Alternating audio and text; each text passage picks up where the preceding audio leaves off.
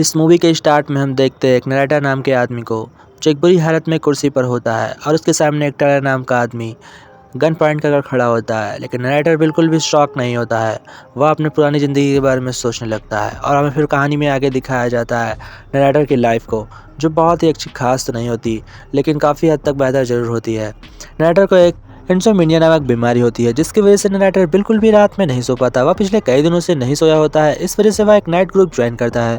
उस night group में जाने के बाद उसकी हालत पहले से ज़्यादा बेहतर हो जाती है।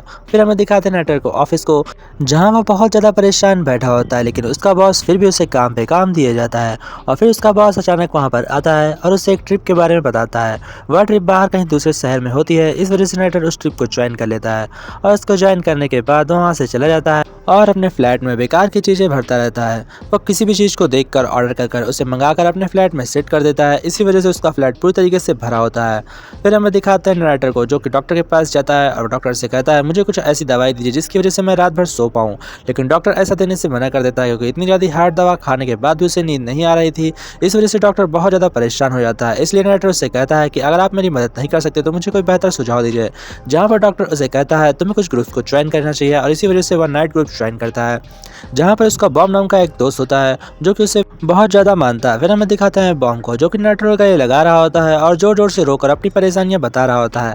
ऐसा करने से माइंड का स्ट्रेस कम हो जाता है और लोगों को अच्छी नींद आती है। इसके बाद नरेटर भी ऐसा करता है, बिल्कुल सेम टू सेम। वह बॉब को गले लगाता है और बॉब को गले लगाने के बाद वह जोर जोर से रोने लगता है, जिसकी वजह से उसे एक बेहतर नींद आती है। और उसके बाद फिर वह अपने काम को ज्वाइन करता है। उस ट्रिप के अनुसार जो उसके बॉस ने उसे कहा होता है, वह यह होता है कि तुम्हें अलग अलग शहर में जाकर अलग अलग चीज़ों पर तहकीकात करनी होगी और पुलिस के साथ मेरी कंपनी की चीज़ों की जानकारी मुझे लाकर देनी होगी, जिससे कि यह काम बहुत ज़्यादा मुश्किल होता है। पर नरेटर बिल्कुल भी घबराता नहीं है। वह अपने नाइट ग्रुप के साथ साथ हेल्प लेते लेते अपने काम को आसानी से करता रहता है। तभी उसे नाइट क्लब में एक अजीब सी लड़की दिखाई पड़ती है, जिसका नाम होता है मार्ला। मार्ला एक बहुत ही अच्छी लड़की होती है और वो भी सेम नरेटर की तरह नाइट ग्रुप को ज्वाइन करती है। लेकिन खास बात यह होती है कि वह नरेटर के ही सिर्फ ग्रुप ज्वाइन करती है। इस वजह से नरेटर नाराज हो जाता है और नरेटर मार्ला से कहता है कि तुम्हें ग्रुप्स को बांटने होंगे, जहाँ पर 3 ग्रुप्स मार्ला और बचे हुए बाकी के 3 ग्रुप्स नरेटर के पास होते हैं, जिसकी वजह से दोनों में प्रॉब्लम्स नहीं होती है। लेकिन नरेटर मार्ला से कहता है हमें नंबर एक्सचेंज करना लेना चाहिए, ताकि हमें बाद में किसी भी तरह की प्रॉब्लम ना हो। यह सुनकर मार्ला उसकी बात मान जाती है और उसे अपना नंबर दे देती है। नंबर लेकर नरेटर वहां से चला जाता है और मार्ला को थैंक्स कहता है। फिर हमें दिखाते हैं नरेटर को एक हवाई जहाज में, जहां पर वह बैठा होता है और तरह तरह की प्रॉब्लम्स सोच रहा होता है। जहां पर वो फिर हवाई जहाज से उतरने के बाद एक जगह जाता है और वहां पर एक एक्सीडेंट हुआ होता है। वह अपने रूम में वापस आता है और फिर से फ्लाइट को पकड़ता है, लेकिन फ्लाइट में पकड़ने में लेट होता है। इस वजह से थोड़ा रेस्ट करने के बाद दोबारा फ्लाइट में जाता है, तो उसे वहाँ पर एक औरत मिलती है। खास बात यह होती है कि जो भी उसके बगल वाले सीट पर बैठा होता है वह सभी को अपना दोस्त बना लेता है। लेकिन हर फ्लाइट लैंड होने से 10 सेकंड पहले वह फ्लाइट का एक्सीडेंट सोचता है और अपने आप को मरा हुआ पाता है। लेकिन वह जब आँख खोलता है तो यह सब एक सपना होता है, क्योंकि नरेटर ऐसे ही बेकार चीज़ें सोचकर उसे रात भर नींद नहीं आती है। लेकिन जब वह दोबारा आँख खोलता है तो उसके बगल वाले सीट पर एक टाइलर नाम का आदमी बैठा होता है, जो कि साबुन बनाने का काम करता है और वह नरेटर से दोस्ती करने में काफ़ी ज़्यादा माहिर होता है, क्योंकि वह नए लोगों से दोस्ती करने में काफ़ी अच्छा होता है। इस वजह से टाइलर और नरेटर एक अच्छे दोस्त बन जाते हैं। फिर टाइलर वहाँ से चला जाता है और नरेटर उससे बाय बोलता है। फिर हमें दिखाता है कि नरेटर जब वहाँ से पिकअप करता है तो वह टाइलर को देखता है एक अच्छी कार में, जहाँ पर टाइलर बैठकर आराम से वहाँ से चला जाता है। लेकिन नरेटर के पास एक अच्छी कार नहीं होती है। इस वजह से वह एक टैक्सी को पकड़ता है और सीधा अपने फ्लैट पर जाता है। लेकिन फ्लैट में तो आग लगी होती है। इस वजह से उसे कोई भी इंश्योरेंस नहीं मिलता, क्योंकि इसने इंश्योरेंस भी नहीं कराया होता है। फिर वह टाइलर के पास कॉल करने जाता है, लेकिन उससे पहले वह मार्ला के पास कॉल करता है। लेकिन मार्ला से हेल्प लेने के बजाय वह टाइलर से हेल्प मांगता है, और जहाँ पर टाइलर उसकी मदद करने के लिए उसके साथ आता है और फिर वो दोनों बैठकर एक बार में बहुत ही अच्छे तरीके से दारू पीते हैं। लेकिन साथ ही साथ नरेटर के मन में यह सोच चल रही होती है कि मेरा फ्लॉट कैसे दगा होगा। वह तरह तरह के प्लान्स को अपने दिमाग में लाता है और तरह तरह के तरीके से अपने घर को ब्लास्ट करवाता है। फिर वो किसी तरीके से वहाँ से चला जाता है और टाइलर से मिलकर एक बार में बैठकर बहुत अच्छी सी रात गुजारता है।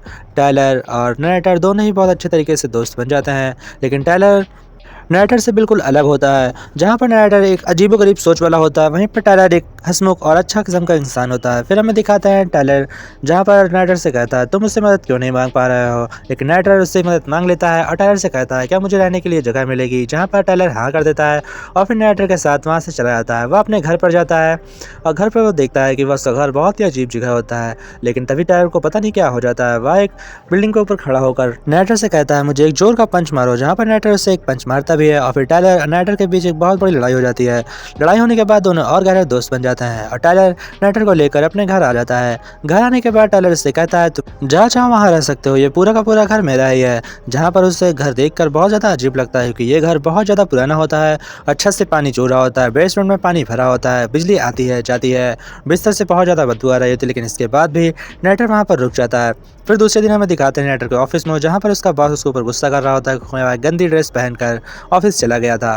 फिर हमें दिखाते हैं टाइलर को, जो अब धीमे धीमे अपनी पहुंच बनाने लगता है। वह एक नाइट क्लब स्टार्ट करता है जिसमें कि रात में कुछ पागल सन के लोग फाइट करते हैं और वह जगह एकदम फ्री होती है और उसमें फाइट भी फ्री होती है। उस फाइट का कोई भी पैसा नहीं पड़ता है और जो भी उस क्लब में आता है उसका भी उसे कोई रुपये नहीं देने पड़ते। इस वजह से उसमें लोग धीमे धीमे पढ़ते ही जाते हैं।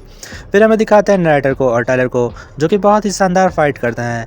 नेक्स्ट डे हम देखते हैं कि जितने भी बेकार लोग होते हैं शहर में और जितने भी गरीब होते हैं वह उस फाइट क्लब को ज्वाइन कर लेते हैं, जिससे कि टाइलर और नाइटर बहुत ज़्यादा खुश होते हैं क्योंकि दोनों दोस्त मिलकर एक फाइट क्लब चलाने लगते हैं और दोनों फाइट इतनी अच्छी करते हैं कि धीमे धीमे उनका हाथ सेट होने लगता है और किसी भी फाइटर को आसानी से हरा देते हैं। लेकिन उसमें नए नए लोग आते जाते हैं, इस वजह से उन्हें बहुत बार चोट भी खानी पड़ती है। नाइटर को इस बार बहुत गहरी चोट लग जाती है, इस वजह से वह डॉक्टर के पास सर्जरी के लिए जाता है, जहाँ पर डॉक्टर उसकी मलहम पट्टी कर उसे भेज देता है।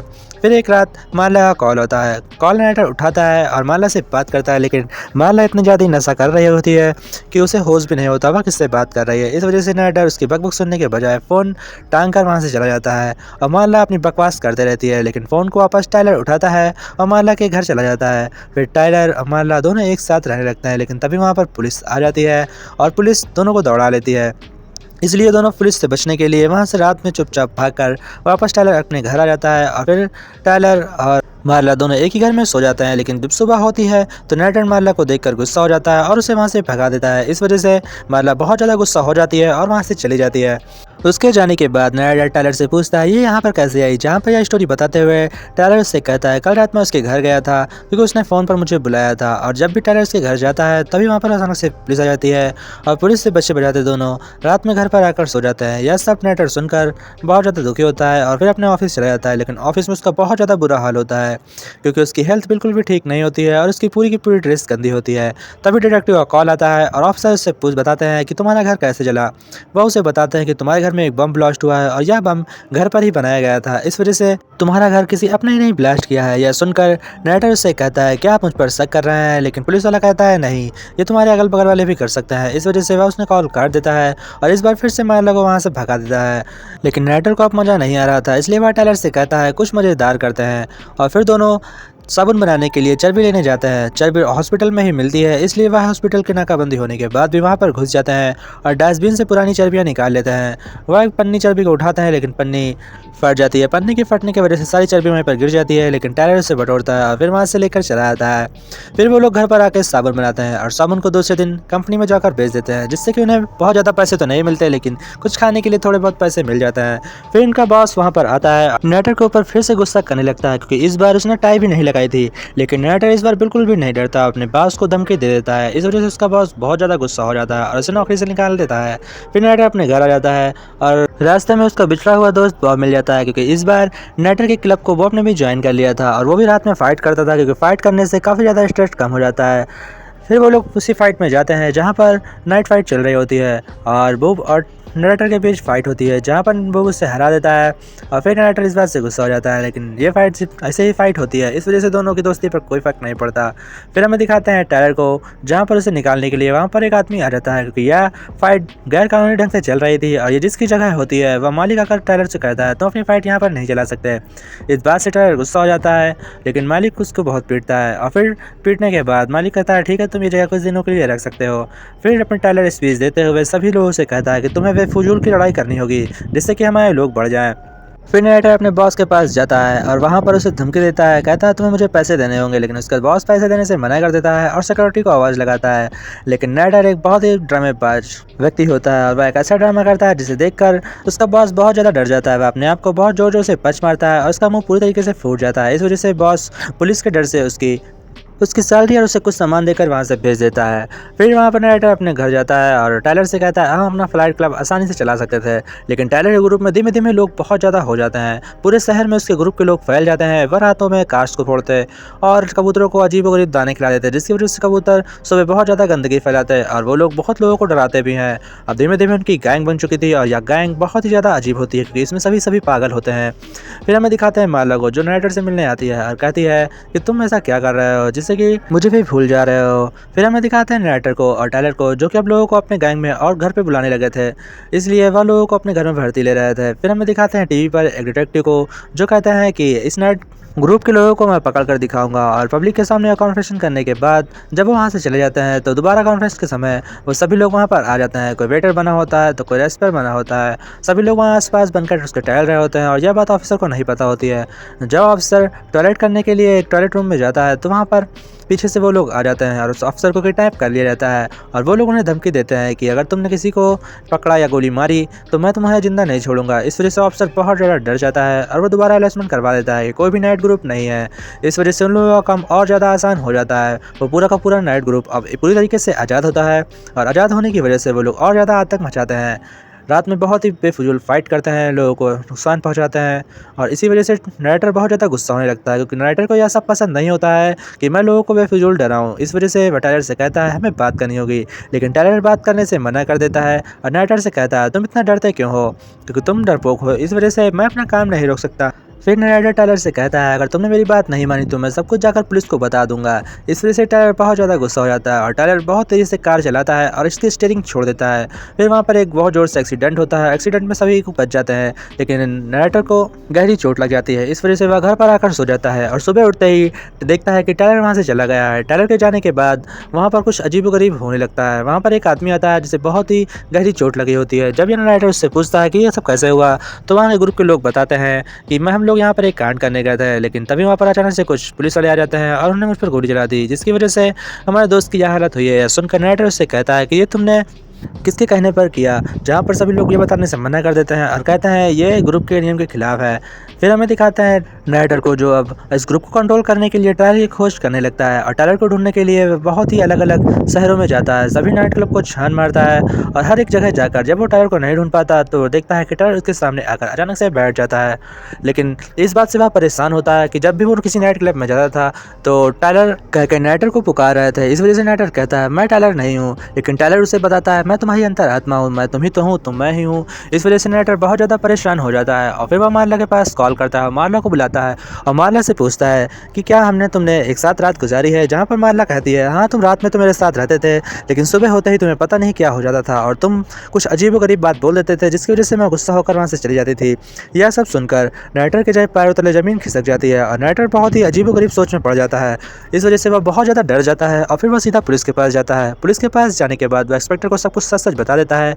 अब इसकी तहकीकात करने के लिए इंस्पेक्टर वहाँ से चले जाता है, लेकिन टायलर को एक जेल के अंदर बंद कर जाते हैं और जेल के अंदर भी उसके ग्रुप के लोग होते हैं जो टायलर पर अटैक कर देते हैं। अब नाइटर पूरी तरीके से जान चुका था कि टायलर मेरे अंदर घुसा हुआ है, यह कोई और नहीं बल्कि मेरे दिमाग का एक वहम है जो कि मेरे सामने बनकर खड़ा हो जाता है। इस वजह से नाइटर वहाँ पर गन चुराता है और सभी को गन पॉइंट पकड़कर वहाँ से भाग जाता है। फिर वह एक बिल्डिंग पर जाता है, लेकिन वहाँ रास्ते में से टायलर मिल जाता है और उसके सामने एक बॉम्ब भी होता है जिसे डिफ्यूज़ करने के लिए टायलर मना करता है। उससे कहता है अगर तुमने बम डिफ्यूज़ किया तो हम सब मारे जाएंगे क्योंकि तुम्हें बम डिफ्यूज़ करना नहीं आता। लेकिन उसके बाद न सुनते हुए नाइटर उस बम के तार को काट देता है जिसकी वजह से वह बच जाता है। इस बात से टायलर बहुत ज़्यादा गुस्सा हो जाता है और उसको बहुत ज़ोर ज़ोर से पंचेस करने लगता है। लेकिन जब हमें कैमरा में दिखाया जाता है तो कैमरा में कोई भी इंसान नहीं होता। नाइटर को खुद पर खुद मुक्के पड़ रहे होते हैं क्योंकि वह उसका अंतरात्मा होती है और उसे बहुत जोर जोर से पंच मारती है। फिर हमें दिखाते हैं मूवी के फर्स्ट वाला सीन जहाँ पर एक बिल्डिंग के सामने एक चेयर पर नाइटर बैठा होता है, उसके सामने टायलर गन पॉइंट करके खड़ा होता है। लेकिन यह सब सिर्फ और सिर्फ उसके दिमाग का वहम होता है, उसके सामने कोई भी दूसरा व्यक्ति नहीं होता है। इस वजह से वह अपने दिमाग पर कंट्रोल पाने की कोशिश करता है और फिर जब अपनी अंतरात्मा से बहुत बार कहता है कि मैं ही हूँ, मैं ही हूँ, तो उसके हाथ में ऑटोमेटिक गन आ जाती है। फिर हमें दिखाते हैं कि वह अपने गन को अपने मुंह में रख लेता है और टायलर से कहता है अगर तुम यहाँ से नहीं गए तो मैं अपने आप को मार लूंगा जिससे कि तुम भी मर जाओगे। लेकिन टायलर उसे ऐसा करने से मना कर देता है, लेकिन वह टायलर के बातों में नहीं आता और अपने मुंह में एक गोली मार लेता है, लेकिन गोली कान के साइड से होती हुई निकल जाती है। इसकी वजह से टायलर सोचता है कि वो मरने वाला है और टायलर अपने आप खुद पर खुद गायब हो जाता है। फिर हमें दिखाते हैं नाइटर को जो कि अब जिंदा बच गया है। तभी वहाँ पर मार्ला भी आ जाती है और मार्ला के साथ उससे गैंग के कुछ लोग भी आ जाते हैं और उसे इस हालत में देखकर उसे गैंग के लोग कहते हैं ये कितना हिम्मत वाला है, सर आपको सलाम है। और वो ऐसा करके वहाँ से चले जाते हैं और नरेटर भी उनसे कहता है तुम अपने प्लान पे डटे रहो। उसके बाद वहाँ पर माला आती है और उसे देखती है। उस माला से नरेटर की ऐसी हालत देखी नहीं जाती, इसलिए वह बहुत ज़ोर ज़ोर से रोने लगती है। लेकिन नरेटर कहता है मैं ठीक हूँ और उसे गले लगाकर वो बिल्डिंग के सामने खड़े होते हैं। तभी उसके गैंग के लोग सामने वाली बिल्डिंग्स को उड़ा देते हैं और पूरी की पूरी बिल्डिंग देखते ही देखते गिर जाती है और मूवी यहीं पर एंड हो जाती है। ऐसा करते हैं आप लोगों को वीडियो अच्छी लगी हो।